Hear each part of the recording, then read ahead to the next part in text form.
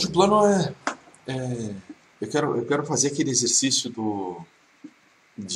da altura das pessoas e queria falar um pouquinho de regressão logística. Esse é o plano para a aula de hoje. Então vamos lá. Então, esse aqui era o exercício, né, que tinha sido para a sétima semana, exercício em grupo da sétima semana, né, com as alturas de 256 indivíduos, divididos em 4 grupos, né? Então tem os grupos aqui, 1, 2, 3, 4. Um é de mulheres beta, mulher beta, ou pode ser homem, 1 e 3 são beta, homem e mulher, né? E 2 é delta, mulher, e 4 é delta, homem. Tá? Isso aí são fictício, né? Então isso aí veio tudo do livro do Huxley, né? Então são as castas lá que eles faziam todo o treinamento, todo o desenvolvimento dos embriões, né? Botava álcool nos delta, né? Para estragar o embrião, para não se desenvolver bem, para desenvolver com problema cognitivo, depois fazer todo um processo maluco. Né? Isso era o processo Volkanovski, né? de multiplicação, de fazer clones, enfim. E daí o que a gente tem aqui seria um dado simulado, né? Então com a altura de cada um desses indivíduos. Né? Aqui a gente não pode botar clone, né? Porque senão ele teria dependência entre si. Então a gente pegou só um indivíduo de cada pool desses de clones e tem a altura do que seria o pai e o que seria a mãe. Né? Então qual que é o pool genético que foi usado ali para produzir aquele embrião. Tá? Que depois caiu nas diferentes castas e vai ter os diferentes sexos. Tá? Então esse é a gente também tem acesso aqui ao deus grego ascendente e as alturas dos progenitores. Tudo isso que estava colocado ali naquele exercício. E a gente ia resolver isso aí usando a nova regressão. Né? Então esse era o plano nosso aqui, então, de usar esses modelos que a gente já tinha feito, já tem visto nas últimas aulas. Tá? E hoje, a última aula, a gente fala deles, né? Claramente assim. Tá. Então, eu vou mostrar como que eu faria aquela análise, entendeu? Que ela tem uma série de detalhes, essa análise. Fazer ela perfeita, certamente eu não estou fazendo do jeito mais perfeito ainda, né? Mas eu acho que ela tem uma série de detalhes ali. Então, que seria interessante dar conta, tá? Tá, então vamos ver eu vou mostrar o que eu faria, tá?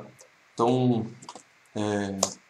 primeiro só estou lendo esses dados, né? Gerir um tempo ali e definir os 4 vetores ali das informações que tem lá. Né? Então, a altura das pessoas, o grupo que aquela pessoa está, o deus grego e a altura do pai e a altura da mãe. É isso que tinha no dado, no arquivo de dados. E depois eu vou definir sexo e casta, né? Então eu defino vetores, né? Então eles começam vazios. E daí eu procuro, toda vez que tem um, eu chamo de mulher. Toda vez que tem 2, eu chamo de mulher também. Né? E a casta, enfim, faz todo esse processo aqui e gera os vetores de sexo e de casta. Né? E depois agora começa a fazer aquela busca, né? De procurar um modelo que ajuste bem. Né? Se colocar todos os parâmetros do modelo, a gente vai ter um ajuste muito ruim. Né? Então, fiz um modelo mais complicado de todos, né? Botando todos os fatores interagindo, ou seja, ele vai fazer a interação dos 4 elementos, depois a interação 3 a 3, depois a interação 2 a 2 e depois os individuais. Ou seja, tem um montão de beta aqui, vai ter um beta para cada coisa e tem um monte de coisa que não aparece significante, né? Nem cabe na tabela do R, né? É um absurdo. Né? Então não tem efeito da altura do pai, não tem efeito da altura da mãe individualmente, é tudo nas interações, quando aparece o efeito. Né? Mas uma coisa que a gente consegue quando roda o LM desse jeito é ver qual que é o quadrado ajustado. Né? Então aqui deu 88%, 88,4% da soma dos quadrados, né? Que é explicado por esse modelo. A gente fala, putz, tá, beleza, mas tem muita coisa aqui. Vamos olhar individualmente cada um deles. Né?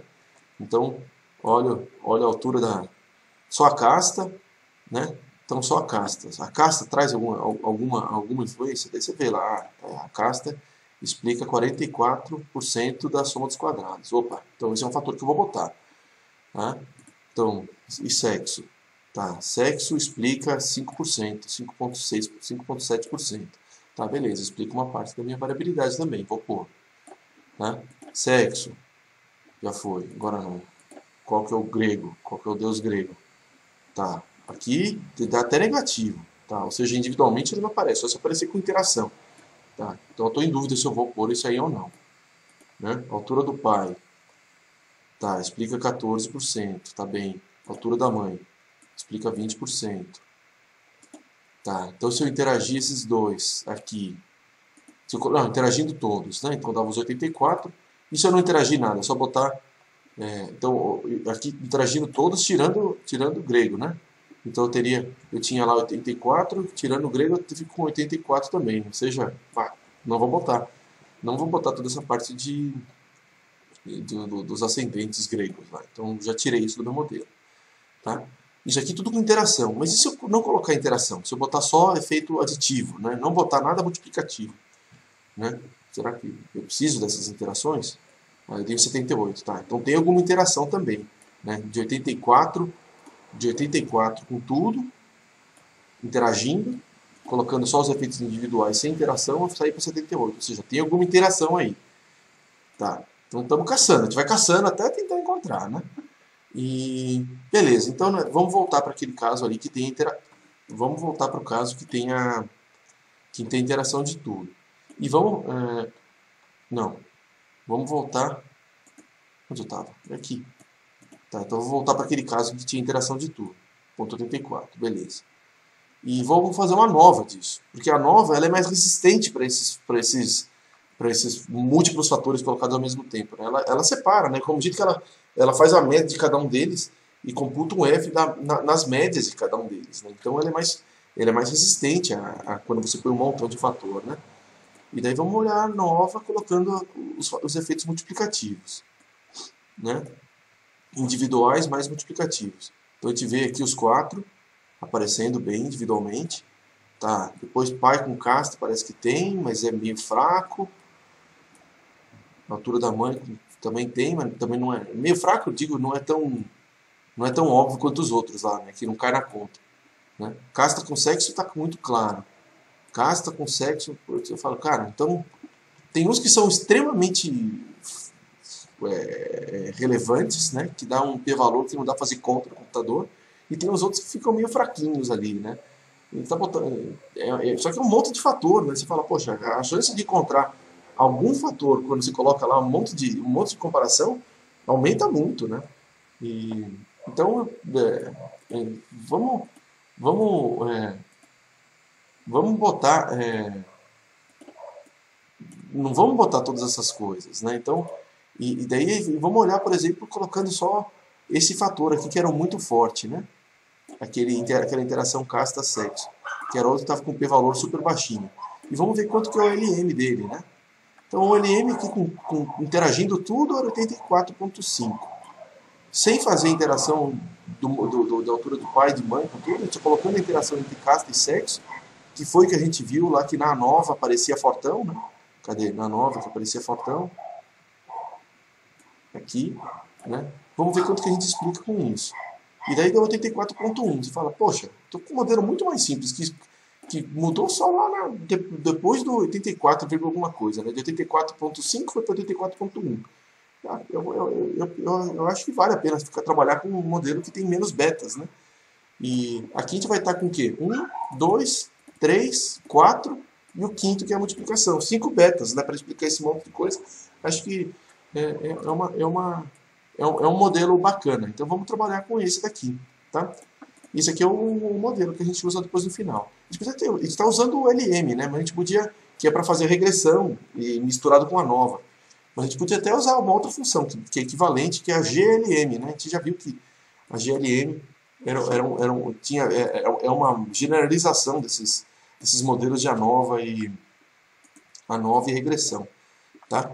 Mas o GLM ele é mais geral que isso. Ele permite definir qual tipo de distribuição que você faz. Nossa, a gente vai usar gaussiano aqui, tá bem.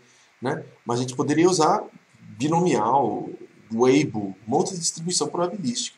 Ou seja, você faz com que a distribuição não seja obrigatório trabalhar com a normal. Isso não é dessa disciplina, a gente não vai ver esses outros formatos para distribuição, a gente vai trabalhar com a normal só, e a gente vai falar um pouco da binomial mais para frente, mas é só isso que a gente fala. Mas só mostrando que essas ferramentas permitem fazer um monte de outras coisas. Tá? Então a gente poderia fazer o mesmo modelo que a gente está fazendo aqui com o LM, com a nova, usando essa função GLM, falando que é uma gaussiana. Né? A nossa distribuição, o nosso erro segue uma distribuição gaussiana. Né? Daria uma coisa... opa, faltou fechar um parênteses aqui. Ali tinha, né? Eu só não tinha rodado. Tá? Que daí ele gera os mesmos betas, né, inclusive. Né? Então tá aqui, vamos rodar o outro de novo só para ver o que ele dá.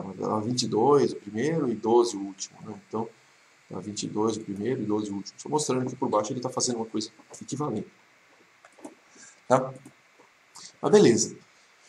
E agora, a gente tem esses fatores, então. A gente está querendo explicar a altura pela altura do pai, a altura da mãe, a casta, sexo e a mistura dos dois. E a gente tem a gente consegue colocar essas variáveis todas num gráfico. Né? A gente tem três medidas contínuas, né? A altura do indivíduo, a altura do pai, a altura da mãe. Certo? Então daria para fazer um gráfico 3D.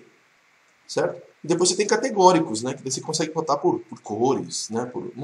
E vamos tentar fazer um gráfico como esse. E o R consegue fazer gráfico 3D, e é bem legal. Tá? Gráfico 3D é muito ruim para botar em artigo, mas para explorar os dados, para você ficar brincando com eles, né? Vendo como que as relações são, podendo girar os gráficos, é uma coisa bastante útil. Tá? E tem biblioteca para fazer isso. Tá? Então aqui eu botei os dados todos aqui, né? Então para usar essa biblioteca, os dados têm que estar no DataFrame. Tá? Então eu jogo ele no DataFrame ali. Tá? E aqui foi de onde eu tirei essa biblioteca. Tá? Eu vou...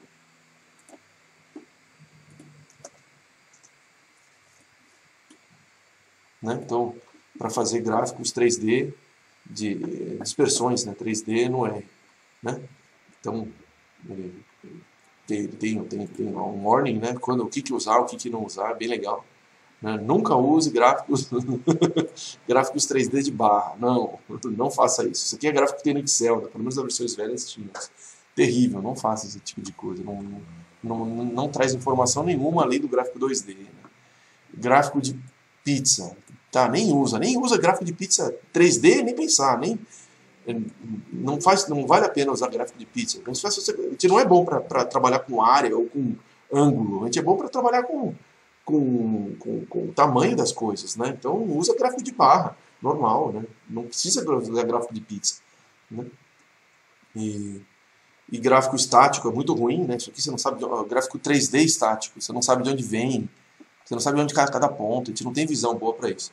Mas se você tiver um gráfico interativo 3D, talvez, né? Você consegue ficar girando aqui, falar, tá, a bolinha tá aqui, se eu botar nesse eixo, aqui é o eixo que tem, aqui eu separo os meus, tá? Você tem que ficar girando o seu gráfico, vendo como que você consegue girar os seus pontos, né? E vamos fazer uma coisa parecida com essa, tá? Usando essa biblioteca deles ali. Eu já tenho instalado, mas para quem não tem, é só colocar aqui, install package RGL, né? Esse é o nome da biblioteca. Eu já tenho instalado no computador, eu só importo aqui e já está aberto na biblioteca.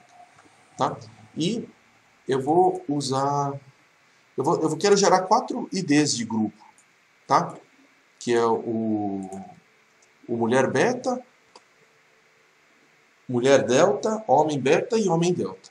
Tá? E eu vou dar cores para eles. Eu vou usar vermelho para os delta, eu vou usar vermelho para as mulheres e azul para os homens. E eu vou colocar um vermelho mais claro para beta e um azul mais claro para beta também. E cores mais escuras, o vermelho mais escuro, o azul mais escuro para os deltas. Tá? Então essas vão ser as cores que eu vou usar. E eu vou incorporar isso no meu vetor de dados. Tá? Então eu tinha lá meu data frame de dados. Então eu tinha lá meus dados, agora eu falei, olha, qual que é a cor que eu vou pôr para cada pontinho desse. Tá? Então isso eu inseri uma coluna nova ali, falando como que vai ser a cor de cada pontinho. Tá? E E beleza. E vamos gerar o gráfico, tá? E vamos gerar o gráfico. Então esse plot 3D com x, que vão ser as alturas do pai, o y, que vai ser a altura da mãe, e z, que vai ser a altura do indivíduo. Tá? Colocando as cores, falando que eu quero esferas, né? Spheres, né? Então o tipo de esfera, com esse raio. E botando os labels, né? de cada eixo. Tá? É só rodar essa parada e ele deveria gerar um negócio. Ah, gerou. Tá? E daí eu tenho ali meus dados num formato 3D. Né? Então dá para ver a altura aqui, a altura do pai, a altura da mãe. É o que vai para, é o que fica no eixo. Esse eixo aqui é a da altura da mãe, a altura do pai. Esse aqui é a altura do indivíduo que a gente está interessado, o dado que a gente está tentando explicar. Tá? E daí você consegue ficar brincando, tentando girar ali, vendo como estão esses pontos, né? E vamos girar. Então eles têm os pontinhos. Estou tentando colocar aqui de um jeito que separa bem os grupos delta, que são os pontinhos mais escuros, dos betas, né, que são os pontinhos mais claros. Né? Então primeiro dá para ver que tem uma separação bem forte de casta aqui. Né? Então a casta delta ela tem uma altura bem menor. Né? Então aqui está bem separado e tudo numa linha, né? Nessa linha aqui. E claro que depois a gente vai colocar isso aqui, como é 3D, isso aqui é um plano. Né? Então um plano em que tem a altura do pai e a altura da mãe, influenciando 50-50 cada um ali, mais ou menos, né? Então você vê que fica aquele plano relacionando a altura do pai e a altura da mãe. Tá? E depois e eles são todos com pouca variabilidade em cima desse plano, né? Cai nesse plano e dá variabilidade bem baixinha. Tá? E depois tem as alturas dos betas. Né? Você vê os betas têm uma altura bem maior e tem uma separação grande entre homens e mulheres, né? Então, os homens são mais altos que as mulheres, na média, né? Na média. Enfim, daí é ficar explorando esse tipo de gráfico. Mas parece que a gente já conseguiu mostrar ali que tem um efeito, dá pra ver que tem esse efeito de altura da mãe e altura do pai, né? Então, a altura do pai aqui, a altura da mãe ali, os dois influenciando formando esse plano, né? Que a gente consegue ver bem claro nos deltas. Dá pra ver que tem um efeito de sexo, né? Principalmente nos betas. Nos deltas não aparece quase nada, né? Tá tudo misturado, os homens e as mulheres, né? Olha só, dá pra ver o dado bruto já. Legal. E eu acho que é isso, né? Tá, então a gente conseguiu... Os betas estão misturados, né? Os betas estão... Os betas não estão misturados. Estão os homens para Os cima e os betas são mulheres para de baixo. cima. Ah, Isso, os tá. betas são os mais claros. Os deltas são os que têm essa altura mais baixa, né? E estão todos meio colados aqui. Né? E dá pra ver que tem variabilidade diferente, né? Os deltas têm pouca variabilidade e os betas têm muito mais variabilidade. Né? E você fala, quebrei a premissa, né? Quebrei uma premissa de igualdade de variância. Então o meu erro não tá homogêneo em todos os grupos, para todas as condições ali. Você vê que um cai bem em cima do plano e o outro espalha em relação ao plano. Né? Então não está bem. Né? Então não está bem. Eu não posso ficar usando com tranquilidade o teste que a gente estava usando antes. Tá? Ele foi bom para conseguir selecionar os fatores ali, mas para se você quiser produzir um p-valor certinho, usando seguindo todas as premissas, você não pode usar o que você tinha ali naquele seu summary, né? Tá? Então isso aqui foi um ótimo jeito para começar o jogo, né? Para começar a fazer a análise, mas na hora de fazer a análise final é melhor fazer com permutação, né? Você você consegue fazer a distribuição nula dos Fs de acordo com a tua amostra, não com uma amostra que você está assumindo um monte de premissa. Tá? Então, a última análise vale a pena fazer com permutação. Tá? E vamos fazer isso. Vamos fazer essa análise dando conta dessa diferença de variância entre as castas. Tá? Então, primeiro, a gente pode pegar só os valores de F observados. Né? Então, vou ajustar um modelo de ANOVA ali. Temp, né? Então, o temp está o meu temp está o meu modelo de ANOVA. E que eu tenho ali, eu tenho que fazer agora eu posso pegar os coeficientes ali, né? Então, eu tenho meus coeficientes que estão aqui, né? Coeficientes, então tem todos esses coeficientes, eu posso pegar esse treco inteiro aqui. Temp, coeficientes. Eu só cliquei aqui em coeficientes e eu pego todos, né? Se eu quisesse pegar um específico, eu clicava nele e coloco o coeficiente associado à altura do pai, né? Eu poderia clicar ali, pego aqui embaixo e tenho acesso ao do pai também. Mas eu quero pegar o de todos, né? Temp coefficients. Né? Então, eu chamei isso aqui tudo de beta, os betas observados. Né? Os betas observados. É outra sintaxe, né? Posso pegar tanto... Vamos usar essa sintaxe aqui que a gente estava... Opa! Vamos usar essa sintaxe aqui que a gente está vendo como faz para pegar, né? Então, tá aqui os betas. E agora vamos fazer o summary dessa... Tem esse objeto temp, que é o output da nova, mas agora vamos fazer o summary disso, né? E salvar no tempo também, temporário, né? Então agora o nosso temp é a saída de uma nova, né? Então escreve temp ali agora e ele te dá os Fs e tal. A gente pode caçar os Fs. Cadê os Fs? Cadê os Fs? Isso aqui está parecendo um modelo acho que eu tenho que abrir de novo. Tem que abrir de novo, que ele estava lá, o que ele estava mostrando era o modelo, era a saída do LM, né? Mas enfim, a gente tem aqui, ó, os Fs, estão lá. Tá, então se eu fizer isso aqui, temp, no primeiro objeto, F velho, eu tenho acesso aos Fs, tá? Que são, os valores estavam aqui, né? Esse aqui é o primeiro, esse aqui é o segundo, e vai até o 91, né, que é a interação entre casta e sexo. Né? E aqui ele deixa vazio, né, então ele botou um NA lá. Tá, mas são esses valores de F que importa pra gente. Tá? E eu vou colocar todos esses valores numa variável tem F observado. Ou seja, agora eu tenho o beta observado para cada um desses eixos, né, ou combinação dos eixos, e eu tenho o F para cada um desses fatores e combinação de fatores, tá?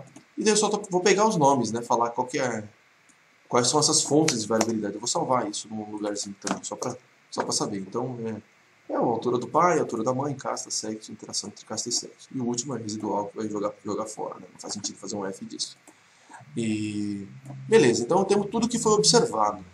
E agora eu vou fazer o quê? A mesma coisa ao acaso, né? Então eu quero fazer lá minhas 10 mil permutações, vou construir uma matriz de NAs, né? com 10 mil linhas e quantas colunas que vai ser aqui? E 6 colunas. Tá? Então eu vou construir um beta ao acaso que já vai ser essa matriz, vai ser uma matrizinha, uma tabelinha, onde eu ponho tudo NA, né, para começar. Tá? Eu pré-aloco, né? Aliás, pré-alocar faz ficar muito mais rápido o código, tá? Porque pré-alocar o espaço de memória, né? Então, já está tudo pré-alocado, agora roda a nossa nova. Vai demorar um tempinho, uns 10 mil permutações, né? Mas o que a gente está fazendo ali? A gente está permutando a altura, né? Então está mostrando a altura com reposição. Né? Então a gente está embaralhando a altura, tá? Salvando isso numa variável altura perma. E depois a gente faz a nossa nova com tentando descrever a altura das pessoas e informando como é que é o modelo, do mesmo jeito que a gente tinha feito o modelo aqui, né? Tem que ser igual, né? Senão vai dar pau. Isso aqui a gente não está usando, seria de interação, mas interação com tudo, né? Não precisa. Né? E a gente está salvando, ele salvou o modelo, dali a gente pegou os coeficientes, né? Então os betas, e pegou o F. O F é ao acaso também. Então a gente vai ter o beta ao acaso e o F ao acaso. Né? Que vão ser as distribuições com 10 mil elementos cá, com que a gente vai comparar os nossos betas observados e os nossos Fs observados. Né? Então tá lá, já tem nossa distribuição de f ao acaso e nossa distribuição de beta ao acaso. Tá? Então vamos olhar para cada beta agora. Né? Então eu vou fazer um... Eu tenho quantos betas que eu tenho? Era 6? Tenho 6. Tá? Então eu vou fazer um painel na minha figura que vai ter tantas linhas e tantas colunas. Aqui vou ter 2 linhas e 3 colunas. Daí eu vou ter espaço para botar os meus 6 betas, né? Então eu vou abrir um pouco mais aqui e vou desenhar os nossos gráficos, tá? Daí bom, vamos rodar e daí fica mais fácil de explicar o que está sendo feito. Deixa eu... Tá? Então eu vou rodar o i de 1 até o tamanho dos betas, né? Só que tem 5 betas só, de fato, né? Porque você pega os betas observados... Não, tem 6. Por que eu não coloquei 6? Devia ter botado 6 aqui. De 1 a 6. Tá? Então eu vou rodar de 1 a 6. Tá? Daí cada vez que eu rodo esses valores nesse loop de 1 a 6, eu vou gerar o quê? Uma distribuição, eu vou plotar o histograma da distribuição ao acaso, vou botar onde está o nosso beta de fato que a gente encontrou, o nosso beta observado, e vou plotar vou escrever o p-valor ali. Né? Então qual que é a chance de ter encontrado um valor igual ou mais extremo do que aqui. Tá? Então temos aqui de 1 a 6, né? Então eu precisava desse parênteses aqui, de 1 a 6. Aí daí eu estou computando o p-valor, ou seja, qual que é 2 vezes a média do P observado ao acaso para aquela coluna, né? Então aqui são os 10.000 valores de intercepto, né? Então no beta com i igual a 1, né? I igual a 1. A gente estaria pegando a primeira coluna daquela variável, tá? E vendo quanto que dá menor ou igual ao beta observado, né? O intercepto que de fato foi observado, que é 22. Tá? Encontramos que deu quanto? 0. Tá? 0 multiplicado por 2 dá 0 mesmo. Né? E não precisamos fazer aquela correção, né? Quando você tem um p-valor maior que 1. Tá? E daí faz o gráfico, né? Faz o histograma para aqueles valores entre o valor mínimo e o máximo do que foi observado, aquela coisa, incluindo o acaso ali. Né? Então só fez um histograma colocando todas as possibilidades, né? Todas as possibilidades do histograma, mais desculpa. Colocando também aqui no range o valor de beta observado. Né? Então, a gente consegue construir, a gente quer produzir valores, fazer um histograma com categorias que vão de menos 22 até 226. Né? Então é isso que a gente vai colocar ali na hora de fazer o nosso histograma. Tá? Então, feito o histograma, plota uma linha vermelha, né, que é o nosso beta observado, e escreve lá o nosso beta e o nosso p-valor. E aqui temos nossos resultados para cada um dos betas. Né? Então aqui é o intercepto, aqui é o beta associado à altura do pai, o beta associado à altura da mãe, o beta associado à casta do delta. Né? Então imaginando que o intercepto foi construído com casta beta. Né? Então o que você tem que... Então quando o delta é verdadeiro, né? Ou seja, ele sai de 0 e vai para 1, o quanto que muda, né?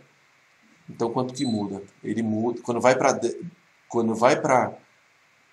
para delta, ele subtrai 22, né? Então só pensando um fator categórico de ANOVA como uma coisa que você põe numa regressão, né? Numa reta de regressão. Tá? Então você anda uma unidade, né? Sai do verdadeiro, sai do falso, vai para o verdadeiro. Então andou do 0 para o 1. E quanto que você tem? Qual que é o beta que vai ser colocado para aquele 1, né? Para quando saiu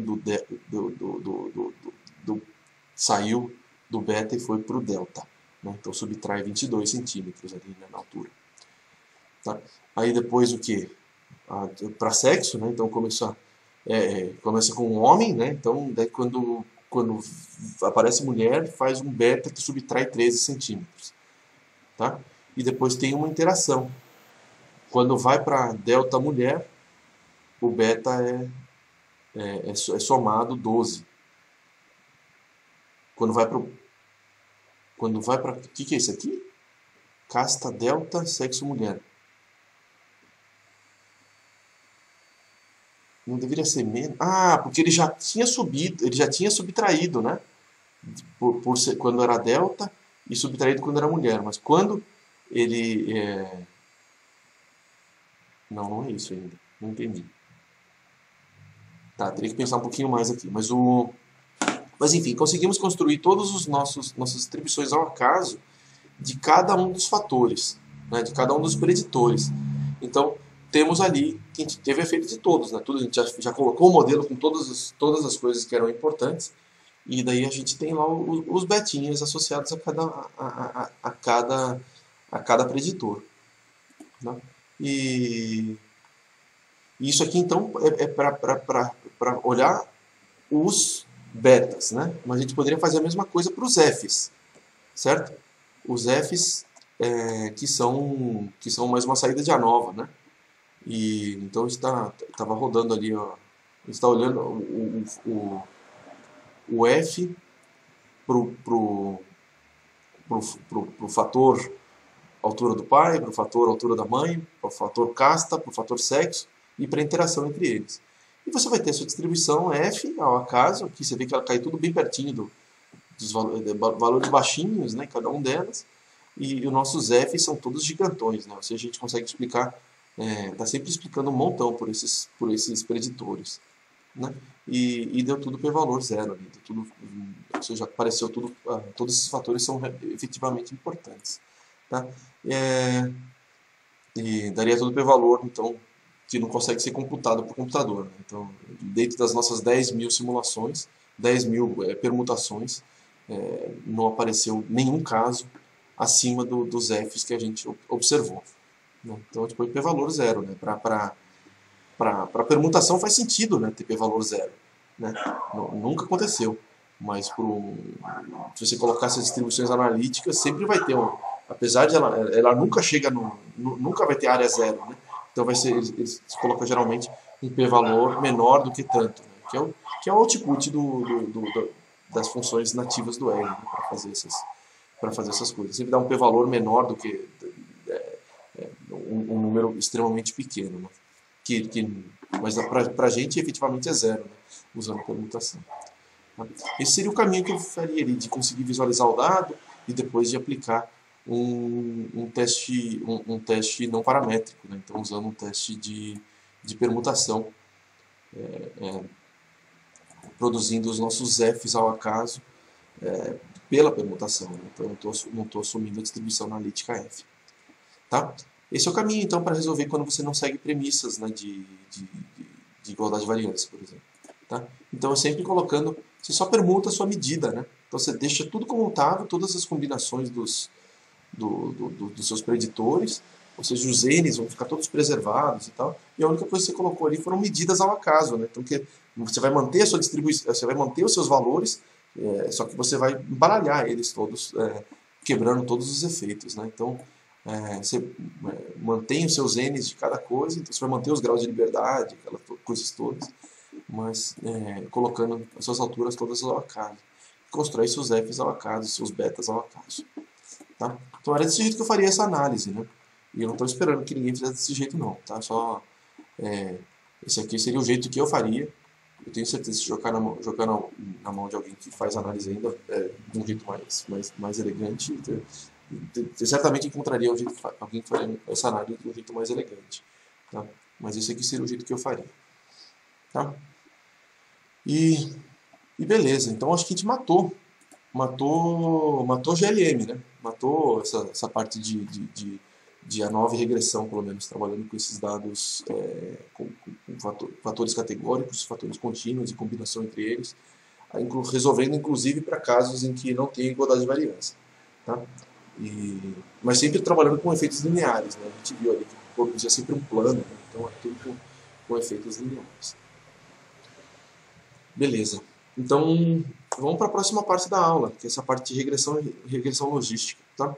Eu vou dar o exemplo que eu vou dar aqui é associando horas de estudo com aprovou ou reprovou, tá? Então, imagine que você é um avaliador de 21 pessoas, recém-contratado numa empresa lá, você tem que avaliar, você é do RH, você tem que avaliar 21 pessoas e você botou uma prova para as pessoas, elas tinham, se você estava monitorando essas pessoas, via quantas horas elas estavam estudando durante esse período, tá? Então você é avaliador de 21 pessoas, tem acesso ao log das horas de estudo de todos eles e também a aprovação e reprovação de quase todos eles. Você tem de 20. Teve uma pessoa que deu um problema no seu sistema ali e você não registrou a classificação de uma dessas pessoas. Tá? E você não pode divulgar, você tem um problema ali que se você divulgar você vai se dar mal, então você tem que ser pilantra. Tá? Então você não pode divulgar que teve esse problema. Você sabe que aquela pessoa estudou 3 horas, mas você não sabe como foi o desempenho dela, se ela conseguiu responder bem ou mal. Tá? Perdeu a nota dela, né? E você faz o quê? Né? Tá aqui 3 horas. Putz, tá meio não passou, tá meio não reprovou. Eu não sei como é que eu faria essa minha classificação. Tá? Então esse é o exemplinho que eu vou dar para motivar a nossa aulinha de regressão linear. Tá? Então você tem aqui a distribuição de 20 pessoas, se elas passaram ou não passaram, né? E qual que foi o tempo de estudo de cada uma delas. E daí você tem essa pessoa de 3 horas. Aí. Como é que você resolve? Tá? Isso aqui não dá para fazer do jeito que a gente estava fazendo, né? Um teste T, não é isso. Né? Aqui tem um efeito. Quem reprovou tem nota mais. Estudou menos do que quem passou. Beleza, tem essa relação. Mas não é isso que você quer. Você quer fazer uma predição. Né? Você já tem mais a ver com regressão. Né? Você quer fazer uma regressão. Só que a sua medida dependente é se o cara passou ou não. Né? E essa aqui, a hora de estudo é só independente. Você não devia nem plotar desse jeito. Você devia plotar dessa forma assim, né? Deixa eu tirar essas linhas aqui.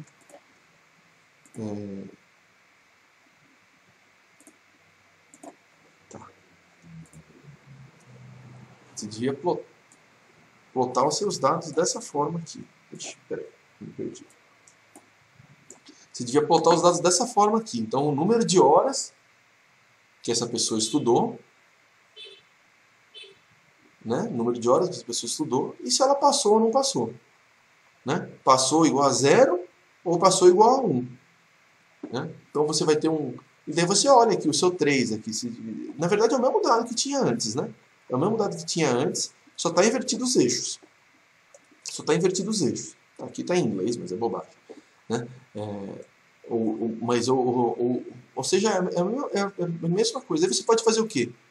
Um ajuste para isso. Um ajuste que é da regressão logística. Tá? Isso aqui é uma medida de probabilidade. Né? Então, um cara que estudou nada, ele tem chance quase total de não passar. E um cara que estudou muito, ele tem probabilidade quase total de ter passado. Né? E daí você olha lá onde deu o seu 3. O seu 3 caiu aqui, ele caiu no 60%, 61%. Você fala, putz, para eu a classificação que eu poderia fazer melhor seria falar que o cara passou, né? Ele tem 60%, pelo meu modelo, ele teria 60% de ter passado, então eu vou chutar 60% ali e vou classificar essa pessoa como passou, né? Então, eu me livro do problema e eu acho que eu estou fazendo o melhor possível com as informações que eu tenho disponíveis. Tá? E o que foi feito aqui foi uma regressão logística. Tá? Então, ajustar uma distribuição de probabilidade, uma função de probabilidade, né? Uma curva que refere a probabilidade de cair dependendo do seu nível de horas, dependendo do seu preditor, a probabilidade de ele ser classificado como fracasso ou sucesso. Né? Então, é sempre para relações binárias. Tá? Então, a regressão logística, a sua variável dependente é sucesso e fracasso, né? 0 e 1 ali. Né? E as variáveis dependentes podem ser tanto contínuas quanto categóricas. Aqui a gente está botando uma contínua, né? Mas poderia ser categórica também. Tá? Pode ser até uma combinação delas. Né? Então dá para fazer. É o mesmo caminho que a gente tinha visto lá nos outros testes. Você põe lá o que você está querendo prever, né? A gente coloca aqui a sua medida, a sua variável dependente, com o seu preditor, né? Que aqui no caso é o número de horas, né? Isso aqui é na função GLM, que é uma GLM que agora não vai usar distribuição gaussiana, vai usar a distribuição binomial, né? Que é essa que lida com sucessos e fracassos, né? E isso é muito útil, né? Por exemplo, você quer saber na pesquisa clínica o que fatores, você pode botar lá vários fatores que caracterizam o doente versus o saudável, né? Então, eu tenho lá a expressão do gene, tem vários genes lá que poderiam ser interessantes. E eu posso avaliar qual que é o beta associado a cada um desses genes. Ou eu posso separar a influência dos genes e da idade, né? Então, eu sei que a idade é um fator importante para definir a doença, mas eu quero saber o efeito daquele gene, né? Então, eu tenho uma amostra com pessoas com idades diferentes. Então, eu faço uma regressão logística, botando a expressão do gene e colocando também a idade dessa pessoa, né? Enfim, eu consigo avaliar qual que é o gene interessante, qual são os genes que parecem estar influenciando com a minha classificação como doente ou saudável, né? Então, doente seria o sucesso, né? E o saudável seria o fracasso, né? Então, seria sair o que define a minha doença, né? Enfim, esse é o jeito de classificar. Poderia classificar da forma oposta e só daria um beta negativo, né? Para os seus... Né? Então só inverteria o sinal, né, do seu beta, mas é exatamente a mesma coisa. Então isso pode ser usado para pesquisa clínica, pode ser usado para pesquisa eleitoral, né? Então vota ou não vota em tal candidato, ou no segundo turno, né? Vota no candidato 1 ou vota no candidato 2, você pode fazer uma regressão colocando o sucesso como um candidato, quando você tem dois, né? Sempre serve para dois, né? Então serve para segundo turno, por exemplo, mas poderia servir para primeiro turno, classificando como vota naquele candidato ou não vota, né? Então você poderia fazer você sempre tem que trabalhar com variável que é sucesso e fracasso, né? Então 0 e 1. Tá? Isso aí se distingue da regressão linear, porque primeiro a resposta é categórica, né? E a variável dependente é categórica. E também porque não usa usa outro método, né? É só o método da máxima verossimilhança. Tem a ver com aquelas coisas que a gente falou na aula passada lá colocando o log da verossimilhança negativa, enfim, menos log da verossimilhança, né? Então esse é um teste, é uma coisa que não está colocada no nosso escopo aqui, a gente só vai ver como é que funciona, porque isso aqui é uma coisa muito útil, uma coisa que muitas pessoas precisariam nos seus projetos de pesquisa e tal, mas a gente não vai correr muito atrás de como que é o método que isso vai ser feito, vai ser mais ensinar como usar a função, tá? E conseguir interpretar como essa função funciona, tá? Então, só saiba que ela não é exatamente a mesma coisa que uma regressão linear, né? Regressão linear a gente olhou mais a fundo, essa aqui não. E beleza, então agora vamos olhar os betas, né? O que são esses... Oi. A família binomial, que você está falando, que significa que é o máximo de verossimilhança que você quer fazer? Não. Significa que a distribuição é binomial. A distribuição é binomial. Dos resíduos, tá? Isso, você tem uma aleatoriedade ali, não dos resíduos, né? Mas é que você não vai trabalhar com uma distribuição que vai gerar um resíduo seguindo uma distribuição normal. Mas ela vai ser as suas respostas vão ser sempre 0 e 1. É só um jeito de informar que suas respostas são 0 e 1. É sempre sucesso e fracasso, né? Binomial é o que descreve cara e coroa, para trabalhar com moeda, essas coisas, né? Então sempre para trabalhar com esse tipo de resposta, sucesso e fracasso. Tá?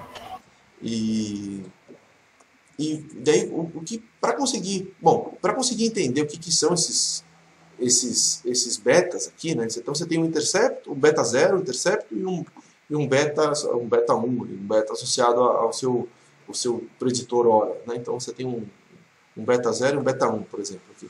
O que são esses betas? Para conseguir interpretar o que é isso, aí você tem que entender um pouco da lógica, como essas coisas são montadas, né? Então imaginar que o que a gente colocou ali foi naquela nossa reta aqui, na nossa curva, foi a probabilidade de sucesso, certo? Aqui tinha 0 probabilidade de sucesso, aqui tinha 1 probabilidade de sucesso, e aqui no meio do caminho, lá no 2 ponto alguma coisa, tinha 50% de sucesso, né? Mas a gente vai ter que trabalhar com as duas coisas, tanto a probabilidade de sucesso quanto a probabilidade de fracasso. A gente vai ter que definir uma outra coisa, uma outra quantidade estatística que se chama chance. Não probabilidade, mas chance. Tá? E chance, que em inglês o pessoal usa odd, né? Que é a razão entre probabilidade de sucesso e probabilidade de fracasso. Tá? Então, imagina aqui que se a probabilidade de sucesso é 75%, a chance é dada pelo 0,75 dividido pelo 0,25. Tá? Então, a sua chance é 3. Tá? Então, tem que trabalhar com uma outra quantidade ali, não, que não a probabilidade, mas esse odd, né? Que é a chance, né? Que é dividir a probabilidade de sucesso pela probabilidade de fracasso. Tá? E daí esses coeficientes que a gente pega ali, esses betas que a gente pega ali, eles são os coeficientes, eles são o intercepto e inclinação do log do odd, em função do preditor. Tá, então vamos olhar passo a passo para conseguir entender o que é isso. Então imaginar aqui que a gente tem o nosso preditor, nosso x aqui é um preditor, depois a gente tem uma probabilidade de sucesso ali, né? Isso aqui a gente já tinha visto. Agora a gente vai fazer o quê? Dessa probabilidade a gente vai fazer a nossa chance. Tá? A nossa chance está aqui. Então a nossa chance vai de quase zero, né? Chegando muito perto do zero, até seguir em frente. Né? Então, e isso aqui você consegue fazer o log disso. Né? Então vamos colocar aqui, eu coloquei a chance, né? A probabilidade dividida pela a probabilidade de sucesso dividida pela probabilidade de fracasso, a chance no x e o log da chance no y. Tá? Então, essa aqui é a função log. Né? Então, varia os valores, esses valores de chance vão de quase zero, né? Quase zero a qualquer valor positivo, e o log então vai de menos, de um valor negativo, né? Que porque nunca encontra né? no zero. Ali. Então, esses aqui seriam os expoentes, né? do E. Né? E elevado a menos 4, E elevado a 0, E elevado a 4. Né? E você coloca os expoentes ali, né? Então o log disso aí. Então aqui quando você consegue linearizar essa relação de chance, colocando log. Né? Então você põe um x-val aqui de 0 a 6, né? Do mesmo jeito que estava antes, e bota o log dessa probabilidade, e isso aqui vira uma reta. Uma vez que tem a reta, você consegue trabalhar com intercepto e inclinação. Se você faz um LM dessa função aqui, você teria acesso a isso, né? ao intercepto. Então, o lugar onde cruza o y, né, é menos 4, e a inclinação é de 1,5. Tá? E era isso que a gente tinha visto ali, né? Quando a gente tinha rodado para esses dados aqui, né? Para esses dados, a gente tinha conseguido esse intercepto de menos 4 e a inclinação de menos 1,5, é exatamente isso que a gente conseguiria aqui. Né? Então, é disso que esses betas estão referindo a isso. Ou seja, eles são os coeficientes de intercepto e inclinação do log da chance em função do preditor. O log da chance pelo preditor. Então, é esse pedaço que vocês precisam entender para conseguir interpretar o que são esses betas. Né? Tá? E com isso a gente consegue fazer inferência também. Né? A gente consegue buscar qualquer incerteza desses betas, saber qual que é a chance desse beta ser zero, né? Comparar com zero. Né? Então saber se não é só um puro acaso que está influenciando ali. Né? Então inclinação zero seria que aquele fator não influencia, né? Seria o acaso, né? Inclinação zero. Tá? E quando você roda a GLM binomial, quando você faz a regressão logística no R, ele vai te dar o seu beta e vai te dar o erro, né, daquele beta. E vai te dar um p-valor, né? Então comparando aquilo com zero. Né? Então você vai poder comparar aquilo com zero. Então conseguir comparar com é um teste de hipótese que você vai fazer no final, né? Para aquele coeficiente, saber se hora importa. Né? Então a hora que importou. Né? A hora importou. E o intercepto, você está fazendo teste também teste de hipótese com o intercepto, comparando o seu intercepto com zero. Para mim poderia ser interessante isso, eu não vejo muito uso, mas está aí. Né? E você poderia testar isso também com permutação. Então, só para mostrar que é exatamente a mesma coisa que está sendo feita. né? Então você faz uma permutação aqui então, por exemplo, você põe os seus 10.000 elementos, a gente quer construir a nossa distribuição ao acaso dos nossos betas, então só estamos pré-alocando a variável, né? Então colocando tudo com... Opa, aqui devia ser NPerm, tá? Está escrito errado aqui, eu comecei fazendo com Bootstrap e depois eu fui para... Então tá errado aqui, então NPerm aqui devia ser NPerm também, tá? E depois você roda isso aqui para cada uma das suas permutações, né? Então os seus 10.000 ali, e o que ele... E você embaralha a sua medida, do mesmo jeito que a gente sempre está fazendo, né? Embaralhou nas medidas de passou, então a amostra passou com tamanho de passou, sem reposição. Então só embaralhou os zeros e uns ali. E daí você faz um ajuste GLM binomial para o seu dado permutado pelo seu preditor horas, né? E você consegue computar o seu beta, né? Aqui está quebrando a relação, né, entre passar ou não passar e as horas. Ou seja, você espera que o seu beta, que os seus betas sejam ao redor de zero, né? Você está fazendo com que ele não tenha relação. Então o intercepto o intercepto, na verdade, ele vai cair no... Você espera que o seu intercepto caia no meio, né? Entre o 0 e 1. E você cai exatamente no y igual a meio. E você espera que a sua inclinação, não, mas não é? Não. Você espera que ele seja zero mesmo. Você espera que ele seja... Agora eu não sei, quando você faz uma permutação, quando você espera que seja um intercepto. Mas enfim, detalhes, né? Você consegue fazer inferência também. Olhar, quebrando as relações entre a sua medida de passou ou não passou com o seu preditor horas. Você consegue ver o quanto que os seus betas diferem, os seus betas observados, quanto que os seus betas observados diferem do seu beta ao acaso, né? Então qual que é o p-valor associado aqui, então qual a chance de encontrar ao acaso cada um daqueles betas ali, né? Então fazendo do mesmo jeito que a gente está fazendo antes, só mostrando que é o mesmo caminho ali, tá? E você pode resolver isso tanto pela função nativa do R quanto por permutação, tá? E daí você tem a distribuição do acaso ali, dos seus beta 0 ao acaso e dos seus beta 1 por permutação, tá? E aqui eu coloquei só o p-valor, né? Então que dá... Tô tocando a campainha aqui, espera só um instante, galera.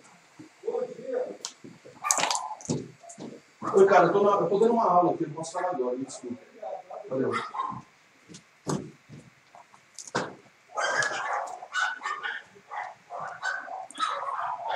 Desculpa aí, pessoal.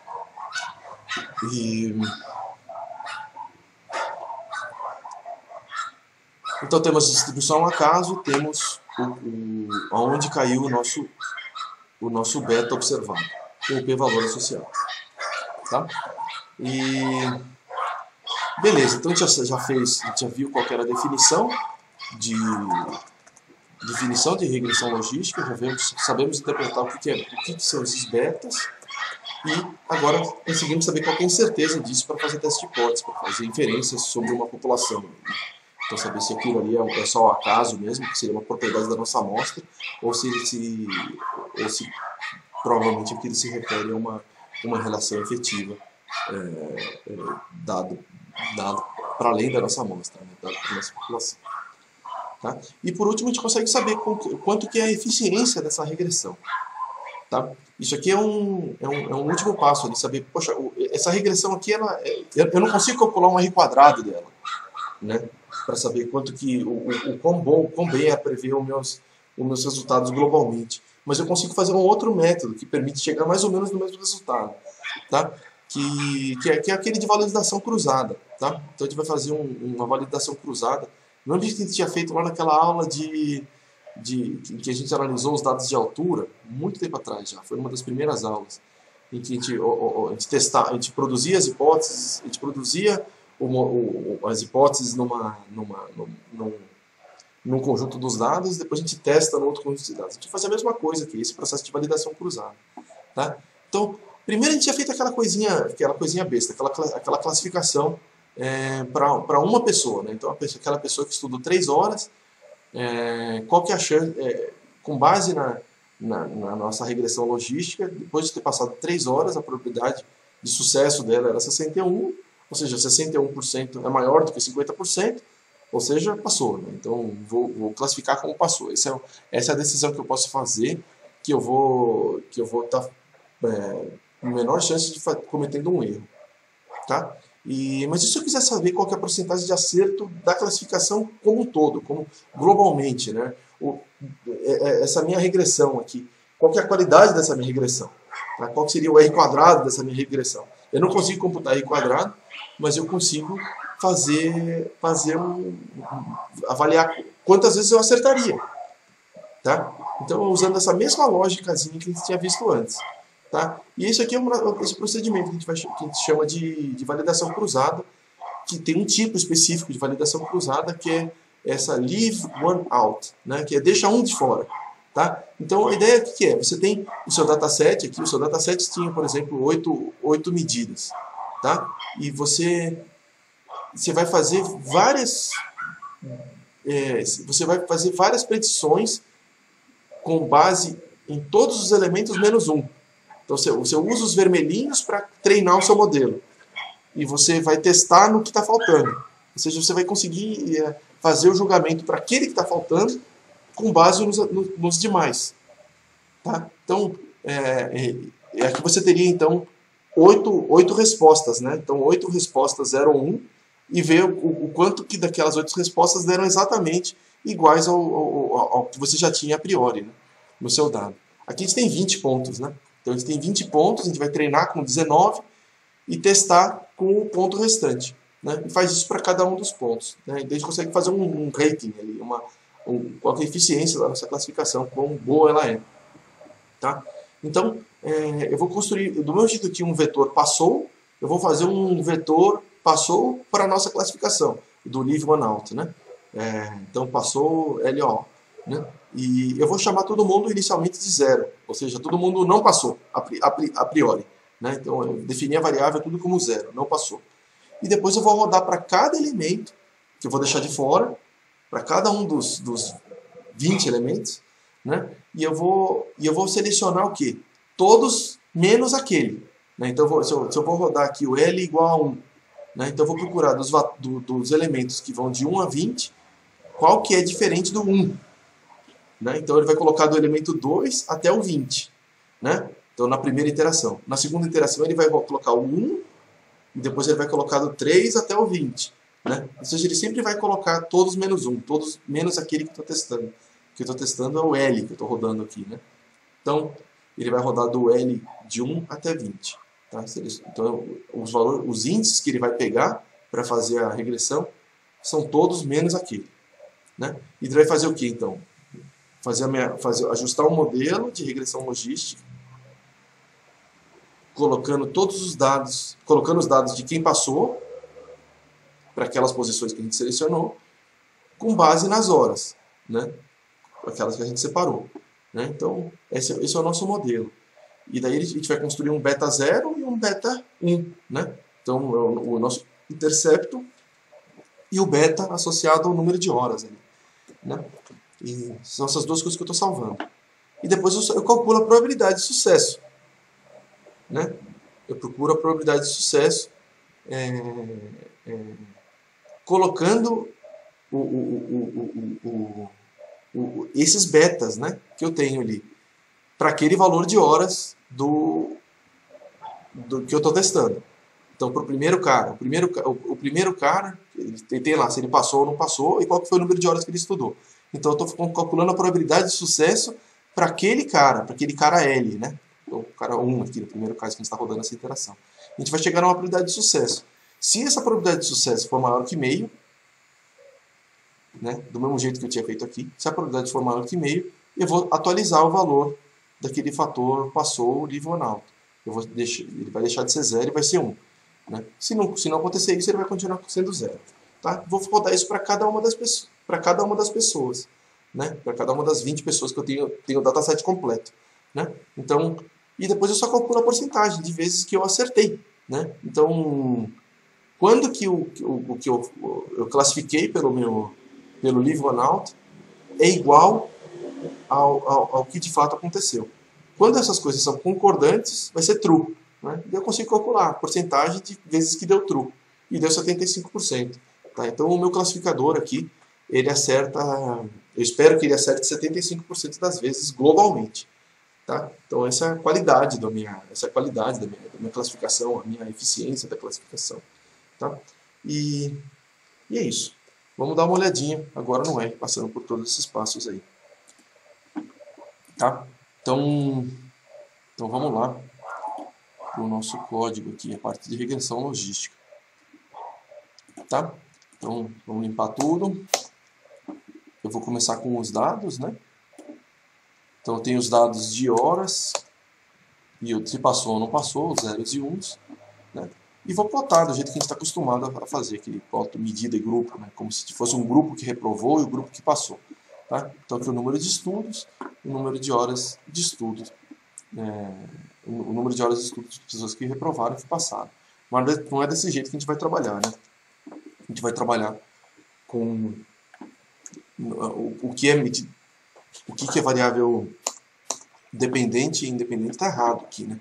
Então, isso aqui geralmente a gente coloca no x as nossas variáveis independentes e coloca no y as variáveis dependentes, ou seja, tá trocado aqui. Então não é desse jeito que você tem que plotar. Tem que plotar ao contrário, né? Então, o número de horas de estudo é a nossa variável independente. É isso que a gente tinha acesso no nosso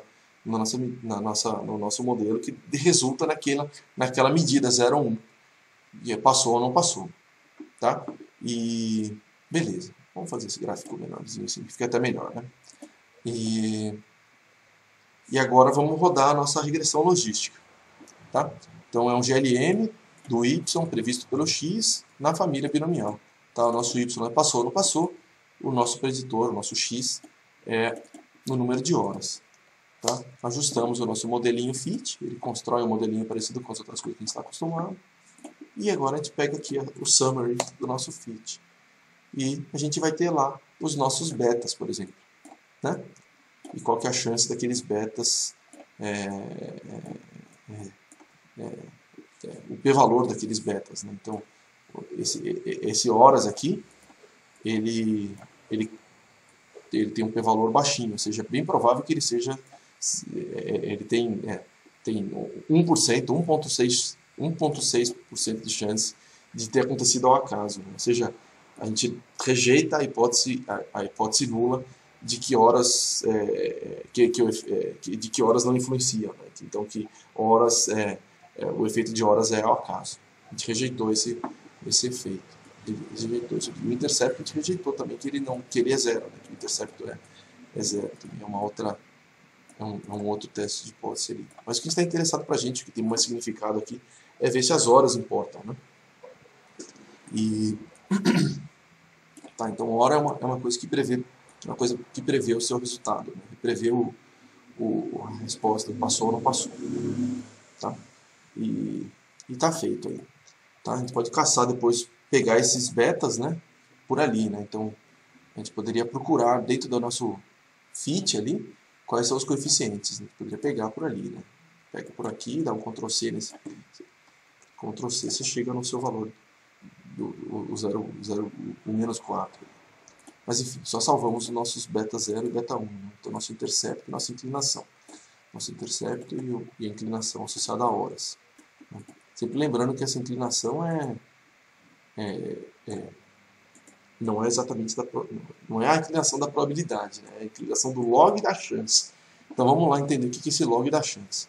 Tá? Então vamos pensando, a gente coloca aqui um x-val, que são as medidas de horas, né?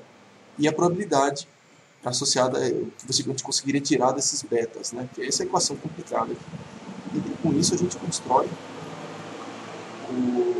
a nossa probabilidade de sucesso, tá? Botando nossos betas dessa forma.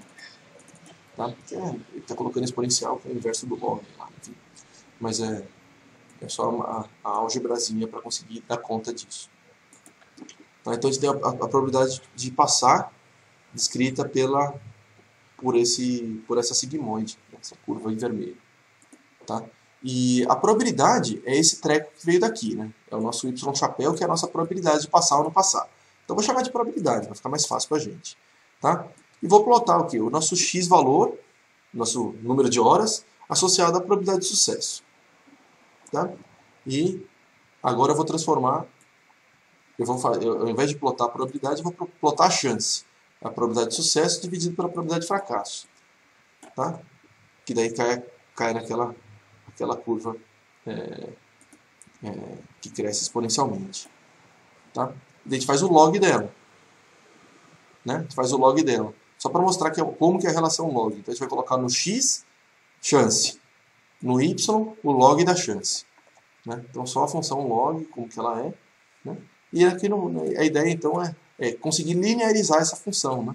Então saindo da função que tem esse formato exponencial, a gente só bota o log. A gente já viu como faz para linearizar a exponencial. Né? E pum, linearizamos a exponencial. Então o nosso x valor e o nosso log da chance. O log da probabilidade de sucesso dividido pela probabilidade de fracasso. Tá? Então é isso que está aqui e a gente consegue tirar os coeficientes disso, né? Os nossos, fazendo uma LM. Né? Então, querendo descrever o log da chance pelo x, pelo número de horas. Né? E daí a gente tem lá os nossos interceptos, né? O menos 4 e os nossos betas. Né? Então, o menos 4 é o intercepto e a inclinação é 1,5. Tá? Mesma coisa que a gente já tinha visto lá no... A gente já sabia disso, né? Tinha ajustado o beta pelo coeficiente. A gente só está vendo como que essas coisas... De onde vêm essas coisas. Né? Tentando interpretar, tentando fazer a engenharia reversa aqui para descobrir o que são esses betas. Tá? Ou seja, a gente consegue produzir quando a gente pega a nossa regressão entre x e a regressão linear simples, ali nosso intercepto mais a inclinação vezes o valor de x, o que a gente está fazendo aqui é o nosso log da nossa chance, o log do odd. Né? E se a gente coloca o exponencial, aí vira log, aí tira o log, né? Vira a relação entre o nosso preditor e a chance, especificamente, né? O exponencial disso. E se a gente quer colocar probabilidade, tem que colocar essa equação aqui, né? Então pegando a chance e botando dentro de uma estrutura de sigmoide. Tá? E, enfim, desse jeito que está aqui, isso aqui é mais para consulta, né? Para entender como que é a lógica desse caminho. E por último, essa parte de classificação. Né? Então a gente coloca o nosso vetor que define probabilidade, só que ao invés de colocar o xval qualquer, a gente põe o nosso xval 3, né? A gente sabe que foram 3 horas de estudo. Se a gente chega lá no valor de probabilidade de sucesso, era 60%, lá 61%. Tá? Então é desse jeito que a gente fez uma classificação, uma predição com base nos dados que a gente tem na mão. Tá?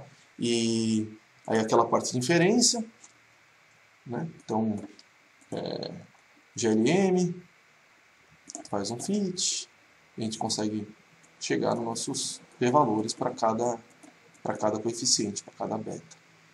Tá? E por último, resolver isso por permutação. Né? Então fizemos 10 mil. Aqui, ó. Ele deu problema agora, tem que ser número de permutações. Tá? Então, definindo nossos betas e rodando isso as 10 mil vezes. Né? Então a gente vai chegar numa distribuição de beta por permutação e uma distribuição de cada beta por permutação. A gente pode ver em que valor que está centrado, né, inclusive. Qual que é a média do beta 0 permutado. Estava em dúvida se ele centrava no 0 ou se centrava no meio. Vamos ver. Ele centra no 0,3. Poxa, cara, se eu botar uma mediana. Ele centra no menos 0,3. Ele centra no 0. Tá, então ele centra no 0. Tá? E... Não sei se ele centra no 0. Eu tenho quase certeza que ele centra no 0.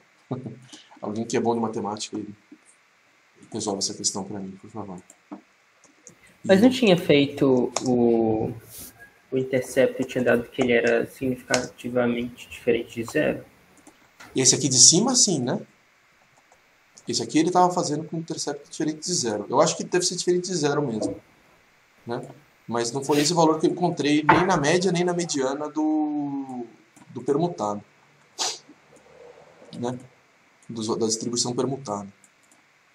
Mas dá muito perto de zero, né, por outro lado. Então, deve ser zero mesmo. Tá? E... beleza. E... depois tem o histograma dos beta zeros, né?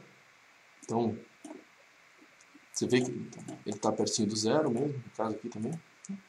E qual foi o p-valor? Aqui, para esse caso dessa permutação que a gente rodou, deu um p-valor bem baixinho ali. Aqui eu coloquei menor, né? Se eu tivesse colocado maior, ele ia dar absurdo, né? Certo? Então eu tenho uma distribuição e vejo quanto que deu maior ou igual ao beta zero. Né? Então eu vejo que deu um absurdo, então eu falo, putz, não era para esse lado que eu tinha que pegar, não tinha que pegar para o outro. Né? Então eu tenho o meu p-valor aqui, que é bem baixinho. Né? E fiz aqui a mesma coisa para o beta 1. Tá? Aqui eu coloquei nesse lado, porque se eu botasse para o outro lado, estava errado também, gerava absurdo. Né? Então, aqui é a distribuição do meu beta 1, centrada no zero, e o nosso beta 1 foi de 1,5. Né? Então eu procuro quanto que o nosso beta deu menor do que o beta 1. Vezes 2, né, para pegar um bimodal. Tá? Ele deu 2. Então tá mal, isso aqui não pode ser para esse lado, tem que ser para o outro. Né? Tem que ser para o outro. A gente roda aqui e dá 0,01, então dá 0,1% aqui. Tá? Então, mostramos ali que são bem diferentes de zero, seja tudo significante. Essas horas de fato importam. Né? Que é a mesma coisa que a gente já tinha visto pela função nativa, né? Pela regressão como feita pelo R, de forma analítica. Tá? Então temos ali o nosso p-valor. Né? Deu 1% deu 1%, no outro deu 0,1%, mas a princípio eles são equivalentes, essas coisas todas aqui. Tá? Então isso aqui é só mais ajustado para a sua amostra. Né? Então você pegou as propriedades da sua amostra e não fez muitas premissas ali. Tá? Mas então, é uma coisa mais acurada, bem ajustada para a sua amostra. Exatamente a informação que está disponível ali. Tá? E dá até um resultado melhor. Né? Você vê que ele deu um 0,1% em comparação aqui que deu 1%. Né? Então, aqui teve até mais poder, né? Tem até mais chance de encontrar o efeito desse jeito, olhando essa informação. Não sei se é uma coisa geral, ou se é só daqui. Tá? E por último, esse teste de eficiência global, né? Esse leave one out. Né? Então, só falando que a gente definiu tudo como o passou, a gente iniciou a variável tudo como zero. Né? E depois a gente só vai atualizar para cada indivíduo. Né? Então vamos lá, vamos fazer para o primeiro indivíduo. Né? Então vamos deixar de fora o sujeito 1. Né? Então a gente quer deixar de fora o sujeito 1, ou seja, a gente vai pegar quais sujeitos? Os sujeitos 2, né? Até o 20. Né? Então o resto que é true. Né? A gente jogou fora o primeiro. Tá? E a gente vai fazer. Então a gente tinha aqui os dados de passou ou não passou e o número de horas de passou ou não passou. A gente vai jogar fora o primeiro cara. Né? A gente vai pegar só as horas a partir do 0,75. Né? Então a gente jogou fora o primeiro cara. A gente deixou o leave one out o primeiro cara. Né? A gente não pegou também a classificação dele. Né? Então aqui tinha quantos? 1, 2, 3, 4, 5. 5 caras antes do primeiro mesmo. Né? Aqui, quando a gente coloca, esse aqui é quando a gente joga fora o primeiro, aqui é quando a gente coloca todo mundo. Né? Então teria um não passou ali, porque é associado a uma hora de estudo pequena, né? Associado a meia hora de estudo só. Tá? Então esse é o nosso... A gente vai fazer um ajuste jogando fora a primeira pessoa, né? E depois tem acesso, a gente consegue pegar o beta ali, o beta para esse ajuste, jogando a pessoa fora, com a inclinação associada a esse ajuste, jogando alguma pessoa fora, e a gente consegue construir a probabilidade de ter passado, né, pelo modelo. Né? Então, colocando ali meia hora de estudo, qual que é a probabilidade de ter passado? Né? Você fala, poxa, 3%, 3,7%. Ou seja, bem menor do que o 0,5%. Né? Ou seja, isso aqui dá falso. Né? Então, eu não atualizo o meu passou pelo leave one out. Né? Então, ele era 0 e vai continuar sendo 0. Eu não aprovei. né? Depois passo para a segunda pessoa, né? E faço o mesmo processo, né? A probabilidade daquela pessoa ter passado é de 5%, né? De 5%, então de novo deu false, né? E assim por diante, vai olhando ali para cada uma das horas. Vamos olhar uma pessoa que estudou bastante, a última pessoa. Então vamos pegar a pessoa 20. A pessoa 20 estudou bastante, né? Então vamos fazer o leave one out, tirando aquela pessoa 20. Né? Então os IDX vai dar tudo true, menos o último ali que deu false. Tá? Ajusta, calcula a probabilidade. Ela fala, a probabilidade dessa pessoa aí passar é 98 pelo esse modelo. Tá? Ou seja, maior do que 0,5%. Então vamos atualizar. O valor que estava 0, agora vai virar 1. Tá? A gente faz isso para todo mundo, né? E tira lá a média, que deu 75%. Né? Então, esse aqui é o que seria classificado pelo modelo e o que foi observado de verdade. Né?